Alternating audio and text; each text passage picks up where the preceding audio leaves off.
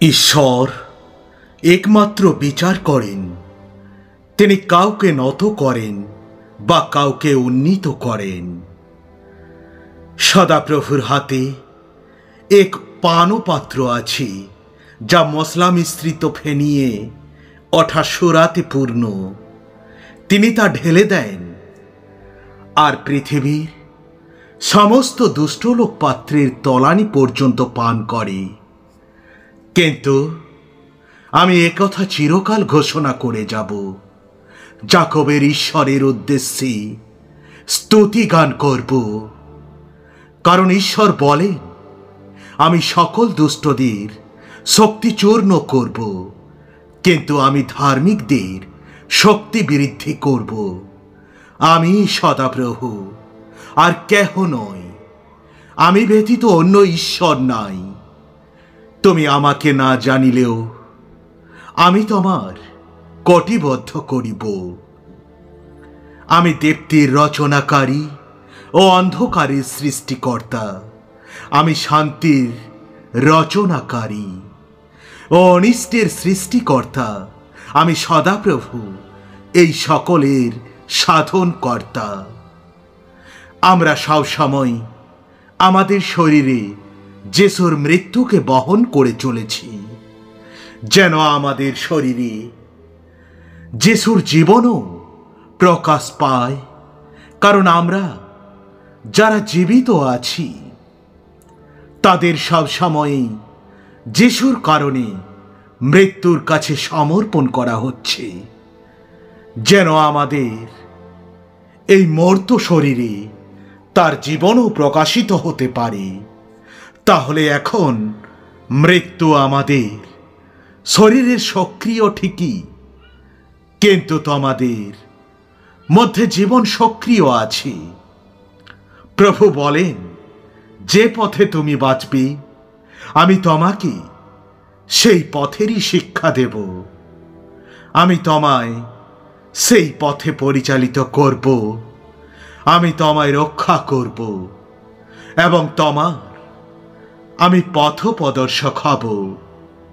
তুমি যদি নিজ মুখে যিশুকে প্রভু বলে স্বীকার করো এবং অন্তরে বিশ্বাস করো, সেই ঈশ্বরই তাকে মৃতদের মধ্য থেকে জীবিত করেছেন, তাহলে উদ্ধার পাবে।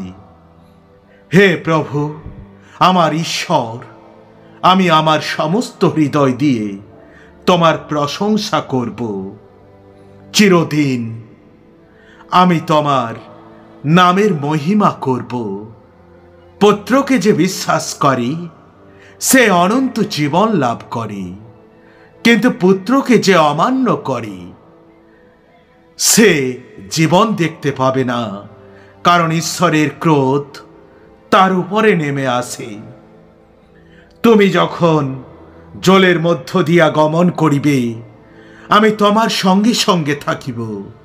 যখন নদ নদীর মধ্য দিয়া গমন করিবে, সে সকল তোমাকে মগ্ন করিবে না। যখন অগ্নির মধ্য দিয়ে চলিবে, তুমি পুড়িবে না, তাহার শিখা তোমার উপরে জ্বলিবে না।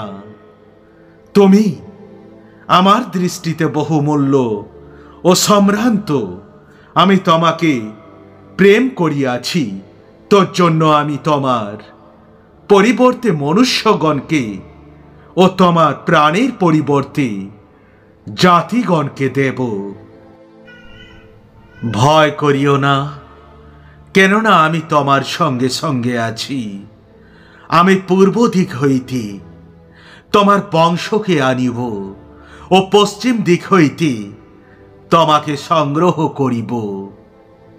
সদাপ্রভু কহেন, তোমরাই আমার সাক্ষী এবং আমার মনোনীত দাস, যেন তোমরা জানিতে ও আমাতে বিশ্বাস করিতে পারো এবং বুঝতে পারো যে আমি এই তিনি। আমার পূর্বে কোনো ঈশ্বর নির্মিত হয় নাই এবং আমার পরেও হইবে না। আমি সদাপ্রভু। আমি ভিন্ন আর ত্রাণকর্তা নাই।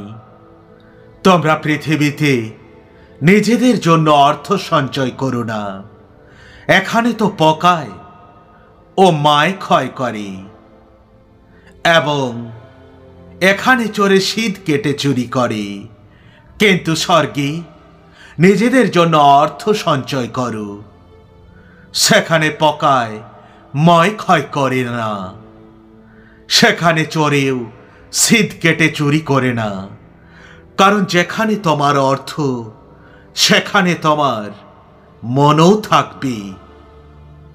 আমি কি তোমাকে এই আদেশ দিইনি? তুমি শক্তিশালী ও সাহসী হও, তুমি ভীত হইও না, কারণ তুমি যেখানেই যাবে তোমার ঈশ্বর সদাপ্রভু তোমার সঙ্গে সঙ্গে থাকবেন।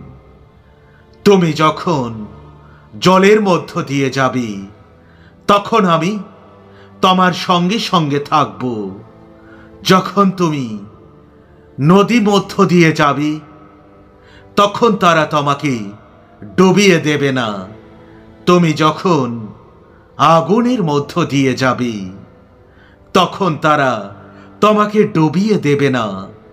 তুমি যখন আগুনের মধ্য দিয়ে যাবে তখন তুমি পুড়বে না, আগুনের শিখা তোমার কোনো ক্ষতি করবে না।